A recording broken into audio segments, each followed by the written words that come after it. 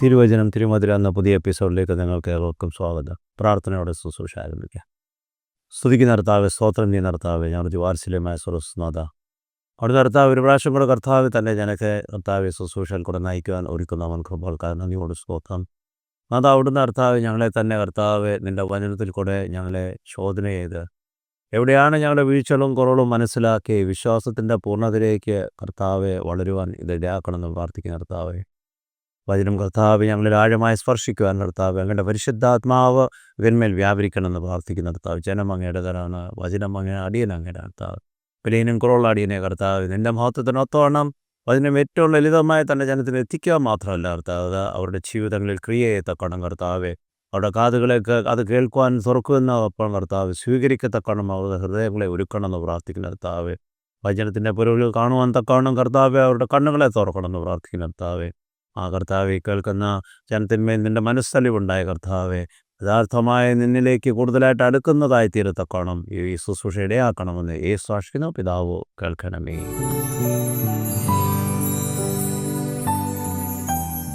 ദൈവത്തിൻ്റെ പുനാതിന് മഹത്വം ഉണ്ടായിരിക്കട്ടെ. നമ്മൾ പലപ്പോഴും നമ്മുടെ ആത്മീയ ജീവിതത്തിൽ പല കാര്യങ്ങൾ ചെയ്യുവാൻ ഇറങ്ങിത്തിരിക്കുന്നവരാണ്. ചിലപ്പോൾ അത് കർത്താവിൻ്റെ ഒരു ആഹ്വാനം കൊണ്ടായിരിക്കും, അല്ലെങ്കിൽ സ്വയമുള്ള ഒരു സമർപ്പണ തീരുമാനത്തിലായിരിക്കും.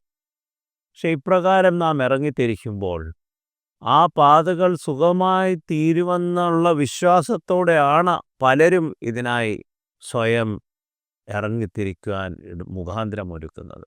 എങ്കിലോ മുമ്പോട്ട് അവരുടെ ജീവിതം ആരംഭിച്ച് ഈ പാതയിൽ മുൻപോട്ട് പോയിക്കൊണ്ടിരിക്കുമ്പോൾ പലപ്പോഴും നാം അനുഭവപ്പെടുന്നത് അപ്രതീക്ഷിതമായ സാഹചര്യങ്ങളും പ്രയാസങ്ങളും പ്രതിസന്ധികളുമൊക്കെയാണ്. എങ്കിലോ കർത്താവിൻ്റെ വിളി കേട്ട് ഇറങ്ങിത്തിരിക്കുന്നവർക്ക് ചിലപ്പോൾ കർത്താവ് അവരുടെ ജീവിതത്തിൽ ചെയ്യുമെന്ന് പറഞ്ഞ കാര്യങ്ങൾ, അല്ലെങ്കിൽ അവരെ പ്രവർത്തിക്കുവാനുള്ള മുഖാന്തരങ്ങൾ എല്ലാം പറയുന്നുണ്ടെങ്കിലും നാം ഇറങ്ങിത്തിരിക്കുമ്പോൾ തന്നെ അത് ചിലപ്പോൾ പ്രാവർത്തികമാകാതെ വരുമ്പോൾ നമുക്ക് നമ്മെ വിളിച്ചിരിക്കുന്നത് അല്ലെങ്കിൽ നമ്മെ വഴി നടത്തുന്ന കർത്താവ് തന്നെയാണോ എന്നുള്ളൊരു സംശയം വരുവാൻ ഇടയാകും. നമുക്കറിയാം, എബ്രഹാം പിതാവിനെ വിശ്വാസികളുടെ പിതാവാണെന്നാണ് വിളിക്കപ്പെടുന്നത്. എങ്കിലും തൻ്റെ ജീവിതത്തിൽ തന്നെ വിളിച്ച നിമിഷം മുതൽ താൻ യഹോവയായ ദൈവത്തിൻ്റെ വിളിക്കൊത്തവണ്ണം മുൻപോട്ട് പോയെങ്കിലും സ്വന്തം ജീവിതത്തിൽ പലപ്പോഴും വീഴ്ചകൾ വന്നുപോയിട്ടുണ്ട്. സാഹചര്യങ്ങളുടെ കാര്യങ്ങളിൽ അകപ്പെട്ടു പോയിട്ടുണ്ട്. സാഹചര്യങ്ങൾ മൂലം കള്ളം പറയത്തക്കവണ്ണം ഇടയാക്കി വലിയ പ്രതിസന്ധികളിലേക്ക് എത്തിച്ചിട്ടുമുണ്ട്. തന്നെ വിളിക്കുമ്പോൾ വ്യക്തമായി പറയുന്നത്, ഞാൻ നിന്നെ ഒരു വലിയ കാണിപ്പാനുള്ള ദേശത്ത് പോകുവാനാണ് ഞാൻ നിന്നെ വലിയൊരു ജനതയാക്കുമെന്ന്. 75-ാമത്തെ വയസ്സിലാണ് വിളിക്കുന്നത്. നമുക്കറിയാം, ഏകദേശം 25 വർഷം കഴിഞ്ഞാണ് തൻ്റെ വാഗ്ദത്ത സന്തതിയെ ലഭ്യമാകുവാൻ ഇടയാക്കുന്നതെങ്കിലും അതിനു മുൻപ് ഇത്രമാത്രം കാലതാമസം വന്നപ്പോൾ തൻ്റെ ഭാര്യയുടെ വാക്കുകേട്ട് തൻ്റെ വെപ്പാട്ടിയോടൊപ്പം ശയിച്ച് ഉണ്ടായ പൈതലാണ് ഇസ്മായിൽ. ഇതൊക്കെ യാഥാർത്ഥ്യം തന്നെ. പക്ഷെ അവിടെയൊക്കെ നാം ഒന്ന് നോക്കുമ്പോൾ എബ്രഹാം പിതാവിൻ്റെ ജീവിതത്തിൽ ഇത്രമാത്രം ക്ലേശങ്ങൾ വന്നിട്ടും എപ്പോഴും യഹോവയായ ദൈവം പറയുന്നത് സമ്പൂർണ്ണമായി അനുസരിച്ച് മുൻപോട്ട് പോയിക്കൊണ്ടേയിരുന്നു. സ്വന്തം ചിന്തയിലെടുത്തിരുന്ന പല തീരുമാനങ്ങളും പ്രതിസന്ധികൾ മാത്രമാണ് സൃഷ്ടിച്ചതെങ്കിലോ യഹോവയിൽ സമർപ്പിച്ചുള്ള ആ സമർപ്പണത്തോടെ അനുസരണത്തോടെ പോയ കാര്യങ്ങളിലെങ്ങും യഹോവ ആ പിതാവിനെ കൈവിട്ടിട്ടില്ല.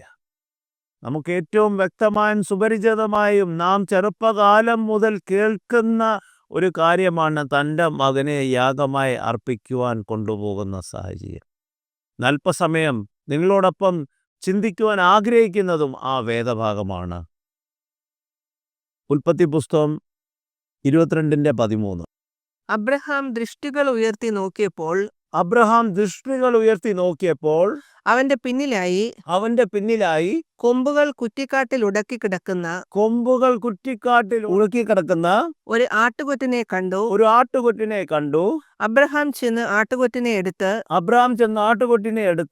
അവന്റെ പുത്രന് പകരം ഹോമയാഗമായി അർപ്പിച്ചു.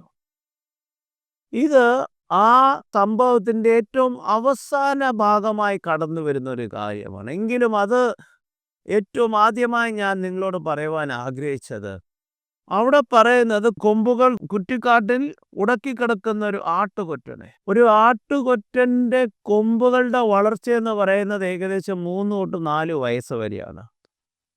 അപ്രകാരം ഒരു കൊമ്പുണ്ടാകണമെങ്കിൽ, ജനിക്കുമ്പോൾ തന്നെ കൊമ്പുണ്ടെങ്കിൽ പോലും അത് വളർന്ന് അങ്ങനെ ഒരു കുറ്റിക്കാട്ടിൽ ഉടക്കിക്കിടക്കണമെങ്കിൽ ഒരു 3-4 വയസ്സാകണം. അപ്പോൾ അവിടെ ഒരു 3-4 വയസ്സുള്ള ഒരു ആട്ടുകൊറ്റനെ ദൈവം ഒരുക്കിയതായിട്ടാണ് നാം കാണുന്നത്. അതിൻ്റെ ബാക്കി ഭാഗത്തിലേക്ക് നമുക്ക് പിന്നീട് വരാം. ഇപ്പോൾ നമുക്ക് അതിൻ്റെ ആദ്യ ചില കാര്യങ്ങളിലേക്ക് നമുക്ക് കടന്നു പോകാം. ഉൽപ്പത്തി 22-ന്റെ 1-2 വായിക്കുമ്പോൾ, ഈ സംഭവങ്ങൾക്ക് ശേഷം ദൈവം അബ്രഹാമിനെ പരീക്ഷിച്ചു. അബ്രഹാമേ എന്ന് ദൈവം വിളിച്ചതിന് ഞാൻ ഇതാ എന്ന് അവൻ പറഞ്ഞു. അപ്പോൾ ദൈവം അവനോട് നിന്റെ മകനെ നീ സ്നേഹിക്കുന്ന നിന്റെ ഏകജാതനായ ഇസാക്കിനെ കൂട്ടിക്കൊണ്ട് മോരിയാദേശത്ത് പോയി അവിടെ ഞാൻ നിന്നോട് കൽപ്പിക്കുന്ന ഒരു മലയിൽ അവനെ ഹോമയാഗമായി അർപ്പിക്കുക എന്ന് അരുളി ചെയ്തു.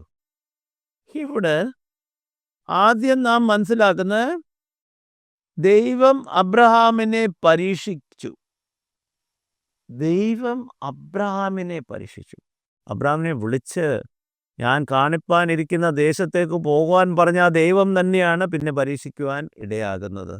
പിന്നെ രണ്ടാമത് അവനോട് പറയുന്നത്, നിന്റെ മകനെ നീ സ്നേഹിക്കുന്ന ഏകജാതനെ. ഇസ്മായേൽ ഉണ്ടെങ്കിലും അവൻ്റെ സ്വന്തം രക്തത്തിലും അവൻ്റെ സ്വന്തം ഭാര്യയിൽ നിന്നും ലഭ്യമായ ഏകജാതനെയാണ് അവൻ ഏറ്റവും കൂടുതൽ സ്നേഹിക്കുന്നത് ദൈവത്തിനറിയാം.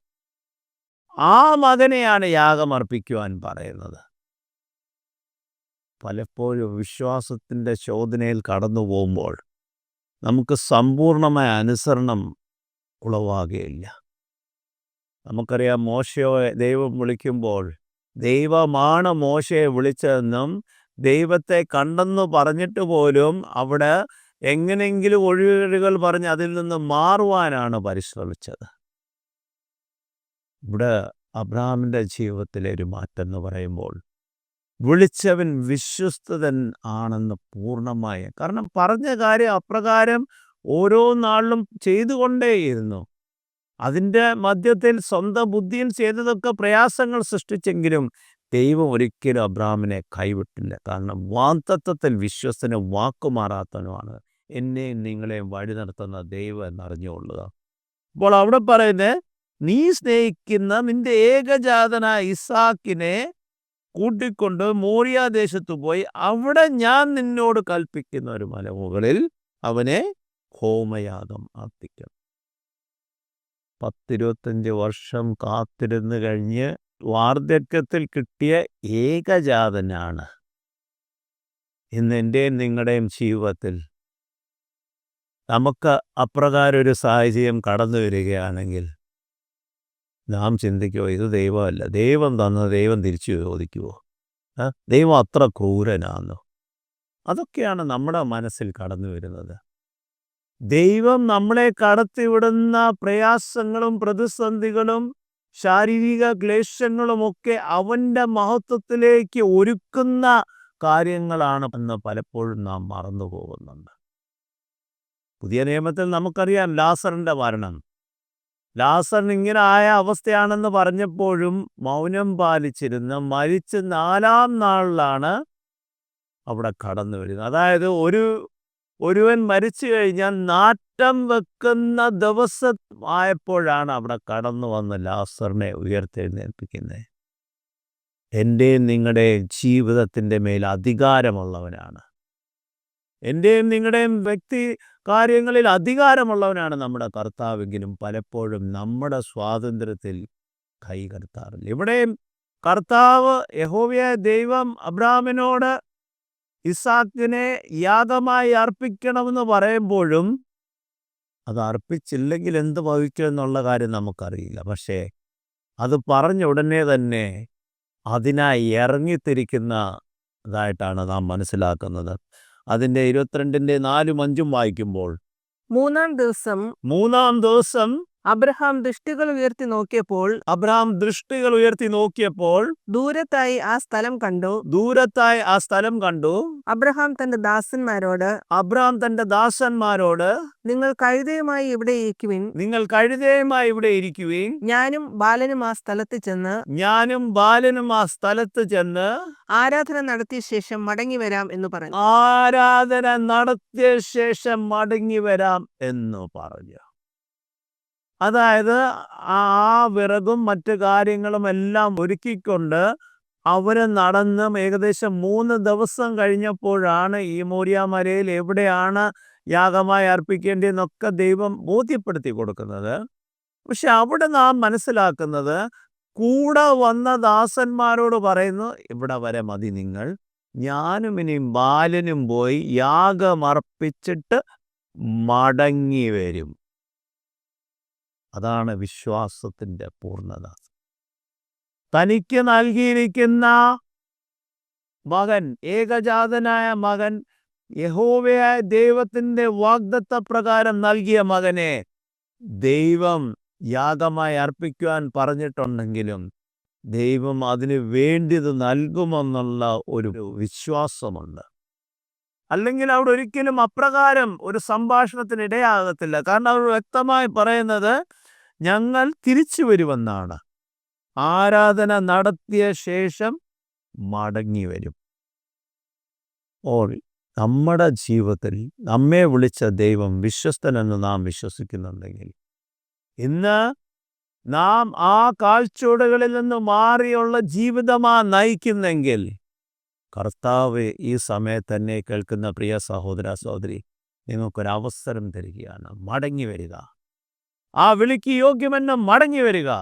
നിങ്ങളുടെ കാഴ്ചപ്പാടുകൾ വെച്ച് ആ പാതയിൽ മുന്നേറുവാൻ നിങ്ങൾ സ്വയം സമർപ്പിക്കുകയാണെങ്കിൽ, അതിൻ്റെ മധ്യത്തിൽ എപ്രകാരമാണ് പ്രവർത്തിക്കുന്ന ദൈവം ഉണ്ടെന്ന് ഈ കാര്യത്തിൽ കൂടെ നമുക്ക് മനസ്സിലാക്കുവാൻ കഴിയും.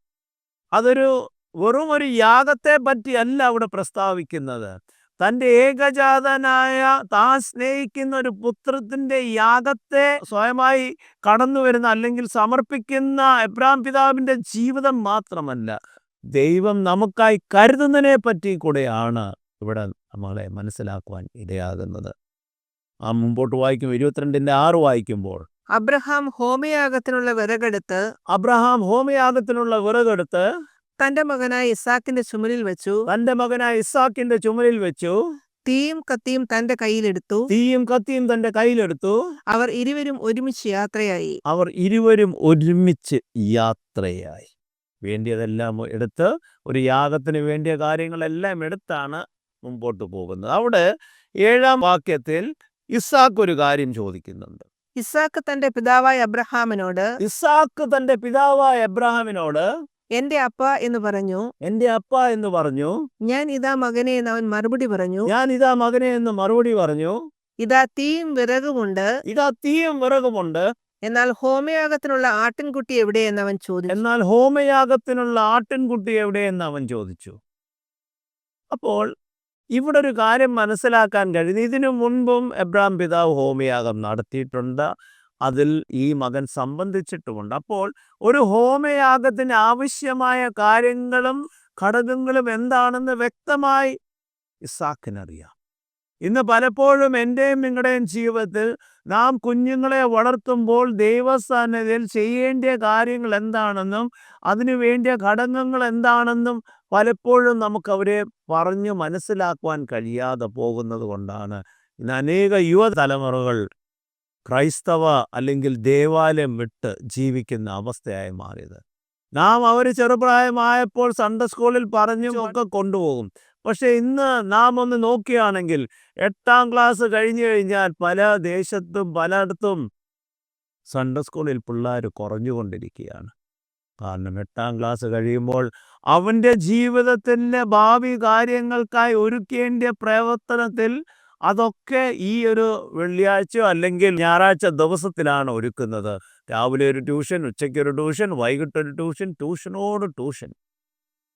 പ്രിയ സഹോദര സഹോദരി, ഇതൊക്കെ കൊടുക്കുമ്പോൾ നാം ഏറ്റവും പ്രാധാന്യമായി നൽകേണ്ട ദൈവത്തിൻ്റെ സാന്നിധ്യം അവർക്ക് അനുഭവമാക്കുവാൻ കഴിയുന്നില്ലെങ്കിൽ, അല്ലെങ്കിൽ അവരെ വഴി നടത്തുന്ന ദൈവത്തെ അവർക്ക് കണ്ടെത്തുവാൻ കഴിയുന്നില്ലെങ്കിൽ, നമ്മുടെ മറ്റെല്ലാ പ്രവർത്തനവും നിഷ്ഫലമാണെന്ന് മനസ്സിലാക്കണം.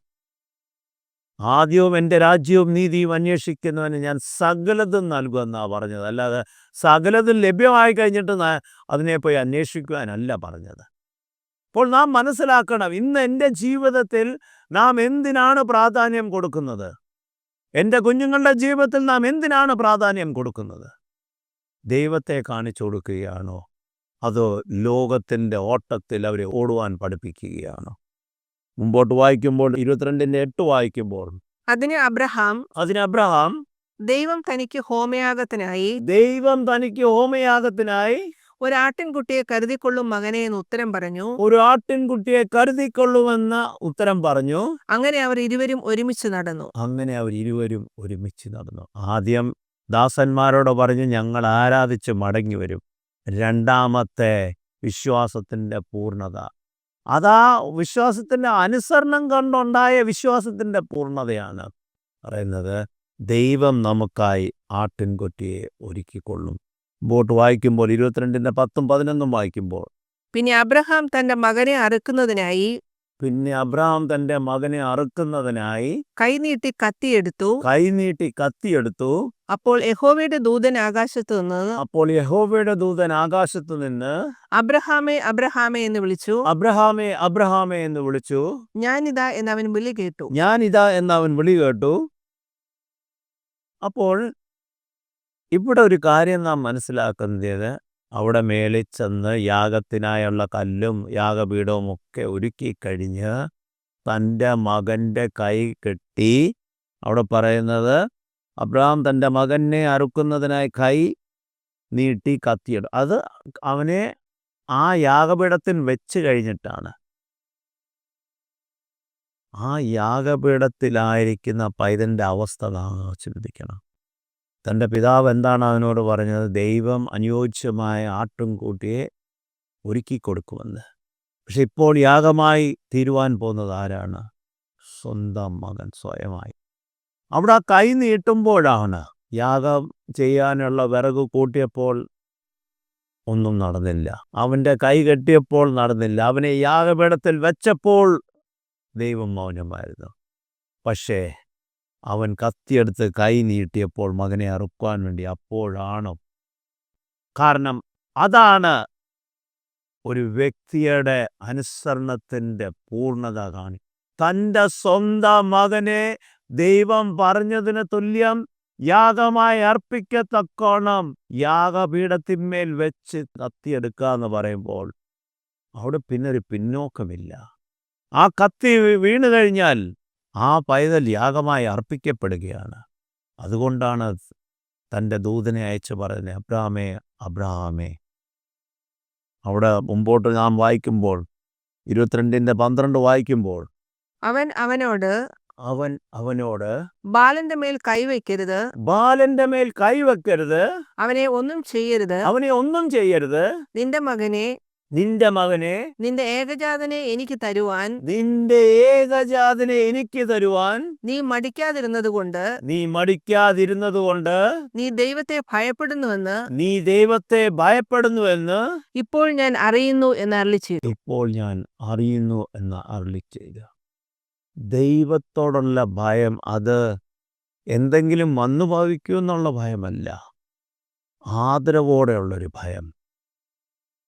ആ സ്വയം ദൈവത്തെ കണ്ടെത്തിയ, ദൈവത്തിൻ്റെ ശബ്ദം കേട്ട നിമിഷം മുതൽ സമ്പൂർണമായി സമർപ്പിക്കപ്പെട്ട് സ്വന്തം ചാർച്ചക്കാരെയും നാട്ടുകാരെയും സ്ഥലവും ഒക്കെ വിട്ട് കാണിപ്പാനിരിക്കുന്ന ദേശത്തുള്ളൊക്കെ പ്രയാണത്തിൽ വഴി നടത്തിയ ദൈവമാരെന്ന് വ്യക്തമായ അബ്രഹാം പിതാവിനറിയാതെ. അതുകൊണ്ടാണ് അവിടെ ആ യാഗമായി അർപ്പിക്കുവാൻ തൻ്റെ മകനെ കൊണ്ടുപോകാൻ പറയുമ്പോഴും എഴുന്നേറ്റ് പോകുമ്പോഴും യാത്രാമധ്യത്തിൽ തൻ്റെ ദാസന്മാരോട് പറയുന്നതും തൻ്റെ മകനോട് പറയുന്നതും ആ വിശ്വാസത്തിൻ്റെയും ആ അനുസരണത്തിൻ്റെയും പൂർണ്ണമാണ്. നമ്മെ വിളിച്ച ദൈവത്തിനൊത്തവണ്ണം നമുക്ക് ആ വിശ്വാസത്തിൻ്റെയും അനുസരണത്തിൻ്റെയും പൂർണ്ണതയുണ്ടോ? അതിന് തക്കവണ്ണം ഞാനും നിങ്ങളും നമ്മുടെ ജീവിതം നയിക്കുന്നുണ്ടോ? ഇന്ന് നമ്മുടെ ചുറ്റും കഷ്ടങ്ങളുടെയും വേദനകളുടെയും നെടുവീർപ്പിൻ്റെയും താഴ്വരയിൽ കടന്നു പോകുന്ന യഹോവയായ ദൈവം അല്ലെങ്കിൽ കർത്താവിൽ നിന്ന് അകന്ന് ജീവിക്കുന്ന വലിയൊരു സമൂഹ മധ്യത്തിനാണ് ഞാനും നിങ്ങളും ജീവിക്കുന്നത്. പക്ഷേ അവർക്ക് വേണ്ടി നമുക്ക് എന്ത് ചെയ്യുവാൻ കഴിയുന്നുണ്ട്? അവരെ നമുക്ക് കർത്താവിലേക്ക് കൂട്ടിക്കൊണ്ടുവരാൻ നമ്മൾ അപ്രകാരം നമ്മളെ തന്നെ സമർപ്പിച്ച് പൂർണ്ണ അനുസരണത്തോടെ വിശ്വാസത്തോടെയാണ് ജീവിക്കുന്നത്. അങ്ങനെങ്കിൽ കർത്താവിന് വേണ്ടി അവരെ ആദായപ്പെടുത്തുവാൻ കഴിയും. എൻ്റെ ജീവിതം കർത്താവിന് മഹത്വീകരിക്കുന്ന ജീവിതമായി തീരുമ്പോൾ, എൻ്റെ ജീവിത സാഹചര്യങ്ങളിൽ എപ്പോഴും കർത്താവിന് മഹത്വം കൊടുക്കുന്ന എല്ലാ കാര്യങ്ങളും മറ്റുള്ളവർ കാണുമ്പോൾ, നാം ഒരു ജീവനുള്ള സാക്ഷ്യമായി തീരുമ്പോൾ കർത്താവിലേക്ക് മറ്റുള്ളവരെ നമുക്ക് ആകർഷിക്കുവാൻ കഴിയും. വേദനയുടെ താഴ്വരയും പ്രത്യാശയോടെ മറ്റുള്ളവരെ ഉൾക്കൊള്ളുവാൻ കഴിയുമ്പോൾ കർത്താവിനോട് പ്രവർത്തിക്കുവാൻ കഴിയും. ഞാൻ 22:13. അബ്രഹാം ദൃഷ്ടികൾ ഉയർത്തി നോക്കിയപ്പോൾ അവന്റെ പിന്നിലായി കൊമ്പുകൾ കുറ്റിക്കാട്ടിൽ ഉടക്കിക്കിടക്കുന്ന ഒരാട്ടുകൊറ്റനെ കണ്ടു. അബ്രഹാം ചെന്ന് ആട്ടുകൊറ്റനെ എടുത്ത് അവന്റെ പുത്രന് പകരം ഹോമയാഗമായി അർപ്പിച്ചു. ഇവിടെ ഒരു കാര്യം നാം മനസ്സിലാക്കണം. ഏകദേശം 3.5 വയസ്സ് അല്ലെങ്കിൽ 4 വയസ്സുള്ള ഒരു ആട്ടുകൊറ്റനാണ്. അപ്പം മോറിയാമലയിൽ ആദ്യമേ ദൈവം ഒരുക്കിയത് എന്തുവാണ്? ഇവരെ കടന്നു വരുന്നതിന് മുൻപ് യാഗമായി അർപ്പിക്കപ്പെടേണ്ട വസ്തുവായ ആട്ടുകൊറ്റനെയാണ്. അവിടെ വേറെ ആടുകളൊന്നുമില്ല, ഒറ്റ ആട്. പക്ഷെ ഈ ആട്ടുകൊറ്റനെ താൻ അവിടെ യാഗമായി അർപ്പിക്കുവാൻ തൻ്റെ മകനെ യാഗപീഠത്തിൽ വെച്ച് കത്തി ഉയർത്തുന്നിടം വരെ കണ്ടതായിട്ട് നമുക്ക് പറയുവാൻ കഴിയുന്നില്ല. പക്ഷേ യഹോവയാൻ ദൈവം അതിനെ മകനെ യാഗമായി അർപ്പിക്കത്തക്കവണ്ണം അവൻ കാണിച്ച ആ അനുസരണത്തിൻ്റെ മേലാണ് അവിടെ കാണിച്ചു കൊടുക്കുന്നത്. അപ്പോൾ അനുസരണത്തോടെ ദൈവത്തിൻ്റെ പാതയിൽ ഇറങ്ങുമ്പോൾ ദൈവം നമുക്കായി കരുതുന്നവനാണെന്ന് മനസ്സിലാക്കണം. രണ്ടാമതൊരു കാര്യം, ആ ആട്ടുകൊറ്റൻ്റെ കൊമ്പാണ് കുറ്റിക്കാട്ടിൽ ഉടുങ്ങി കിടന്നത്. അതായത് വേറെ ശരീരത്തിൽ എവിടെ ഒരു പ്രയാസമോ അല്ലെങ്കിൽ മുറിവോ ഉണ്ടായിട്ട് പറയുന്നില്ല. ഊനമില്ലാത്ത, കുറവില്ലാത്ത ഒരു ആട്ടുകൊറ്റനെയാണ് ദൈവം അവനായി ഒരുക്കി കൊടുത്തത്. അപ്പോൾ ദൈവം നമ്മുടെ ആവശ്യങ്ങൾ, നമ്മുടെ സാഹചര്യങ്ങൾ അറിഞ്ഞ് നമുക്ക് ഒരുക്കുന്നവനാണെന്ന് നാം മനസ്സിലാക്കണം. മുമ്പോട്ട് വായിക്കട്ടെ. 22:14 വായിക്കുമ്പോൾ, അബ്രഹാം ആ സ്ഥലത്തിന് യഹോവ കരുതിക്കൊള്ളും എന്ന് പേരിട്ടു. യഹോവയുടെ പർവ്വതത്തിൽ അവൻ കരുതിക്കൊള്ളും എന്ന് ഇന്നുവരെയും പറഞ്ഞു വരും. യഹോവ ഇരേ. ജീവിതത്തിൻ്റെ വഴിമുട്ടി നിൽക്കുന്ന, മുമ്പോട്ട് പോകുവാൻ കഴിയാത്ത വിധം പ്രതിസന്ധികളായിരിക്കുന്ന ആരെങ്കിലും കേൾക്കുന്നുണ്ടെങ്കിൽ, ഒരു നിമിഷം ദൈവസന്നിധിയിൽ ഹൃദയപരമാർത്ഥതയോടെ ദൈവം വിളിച്ച വിളിക്കൊത്തവണ്ണം നാം യോഗ്യരായി പ്രവർത്തിച്ചിടണമെന്ന് നോക്കണം. അങ്ങനെ പ്രവർത്തിച്ചിട്ടുണ്ടെങ്കിൽ നിങ്ങളുടെ മുൻപിൽ ദൈവം കരുതുന്ന ദൈവമെന്ന് ഇവിടെ വ്യക്തമായ വചനത്തിൽ കൂടെ നമ്മെ ബോധ്യപ്പെടുത്തുന്നുണ്ട്. പ്രവാചകന്റെ പുസ്തകം 64:4 ഇപ്രകാരമാണ് പറയുന്നത്: നീയല്ലാതെ മറ്റൊരു ദൈവം തന്നെ കാത്തിരിക്കുന്നവന് വേണ്ടി പ്രവർത്തിക്കുന്നത് പണ്ട് മുതൽ ആരും കേട്ടിട്ടില്ല, ഗ്രഹിച്ചിട്ടില്ല, കണ്ണുകൊണ്ട് കണ്ടിട്ടുമില്ല. ഇത് തന്നെ പൗലോസ് 1 കൊരിന്ത്യർ 2:9 പറയുന്നുണ്ട്. ദൈവം തന്നെ സ്നേഹിക്കുന്നവർക്ക് ഒരുക്കിയിട്ടുള്ളത് കണ്ണ് കണ്ടിട്ടില്ല, ചെവി കേട്ടിട്ടില്ല, ഒരു മനുഷ്യന്റെയും ഹൃദയത്തിൽ തോന്നിയിട്ടുമില്ല എന്ന് എഴുതിയിരിക്കുന്നത് പോലെ തന്നെ. ആ പ്രവാചകൻ പറയുന്നത്, ആ പൗലോസ് ലീയ കൊരിന്ത്യ സഭയോട് പറയുന്നത് തന്നെയാണ് ഇന്ന് എനിക്ക് നിങ്ങളോട് പറയുവാൻ ഞാൻ ആഗ്രഹിക്കുന്നത്.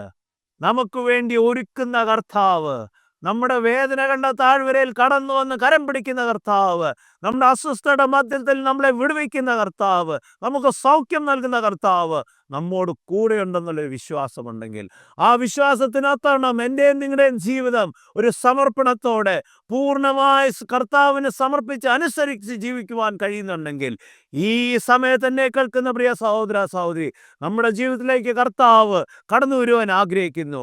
നമ്മുടെ ജീവിതത്തിൻ്റെ പ്രതിസന്ധികളിൽ നിന്ന് വിടുവിക്കാൻ കർത്താവ് ആഗ്രഹിക്കുന്നു. ആ കർത്താവ് കരുതിയിരിക്കുന്നത് നൽകുവാൻ ആഗ്രഹിക്കുന്നു. നമ്മളെ തന്നെ ദൈവസന്നിധിയിൽ നിന്ന് സമർപ്പിച്ച് പ്രാർത്ഥിക്കാം. നമ്മുടെ കണ്ണുകളെ അടയ്ക്കാം. സ്തുതിക്കുന്ന കർത്താവേ, സ്തോത്രം ചെയ്യുന്ന കർത്താവേ, നീ വിശ്വസ്തനും വിളിക്ക് യോഗ്യനെന്നും കർത്താവേ, ഈ വചനത്തിൽ കൂടെ ഞങ്ങളെ ബോധ്യപ്പെടുത്തിയനായ നന്ദിയോട് സ്തോത്രം കർത്താവേ. നിന്റെ വിളിക്ക് യോഗ്യമെന്നും ഞങ്ങൾ ഇറങ്ങിത്തിരിക്കുമ്പോൾ നീ കൈവിടാത്ത ദൈവമായിരിക്കുന്നതിനായ നന്ദിയോട് സ്തോത്രം കർത്താവേ. ആവശ്യങ്ങൾ അറിഞ്ഞ് പ്രവർത്തിക്കുന്ന ദൈവമായിരിക്കുന്ന സ്തോത്രം. എൻ്റെ മഹത്വത്തിനൊത്തോണം കർത്താവേ, ഈ കർത്താവേ, ഈ ശുശ്രൂഷ കേൾക്കുന്ന മക്കളുടെ ജീവിതത്തിൽ കർത്താവേ, അത് അവരുടെ ജീവിത അനുഭവമായി മാറുവാൻ കർത്താവേ, അനേകമായ ജീവിതത്തിൽ സാക്ഷ്യങ്ങൾ ഉളവാകുവാൻ കർത്താവേ, നഷ്ടപ്പെട്ട പോകുന്ന അനേകരെ വീണ്ടെടുക്കത്തക്കവണ്ണമുള്ള സാക്ഷ്യമായ ഒരു ജീവിതത്തിലേക്ക് ഞങ്ങളെ ഓരോരുത്തരെയും നയിക്കണമെന്ന് പ്രാർത്ഥിക്കുന്നു. എൻ്റെ കൃപയും സാന്നിധ്യം അപ്രകാരം അബ്രഹാം പിതാവ് സമ്പൂർണ്ണമായി നിന്നിൽ വിശ്വസിച്ച് കാഴ്ച വെച്ചോ, അപ്രകാരം ഞങ്ങളുമായി തീരുവാൻ ഞങ്ങളെ ഓരോരുത്തരെയും എടുത്ത് ഉപയോഗിക്കണമെന്ന് യേശു സാക്ഷിക്കുന്നു. പിതാവ് കേൾക്കണമേ. ആമേൻ. ദൈവം നമ്മെ അനുഗ്രഹിക്കട്ടെ.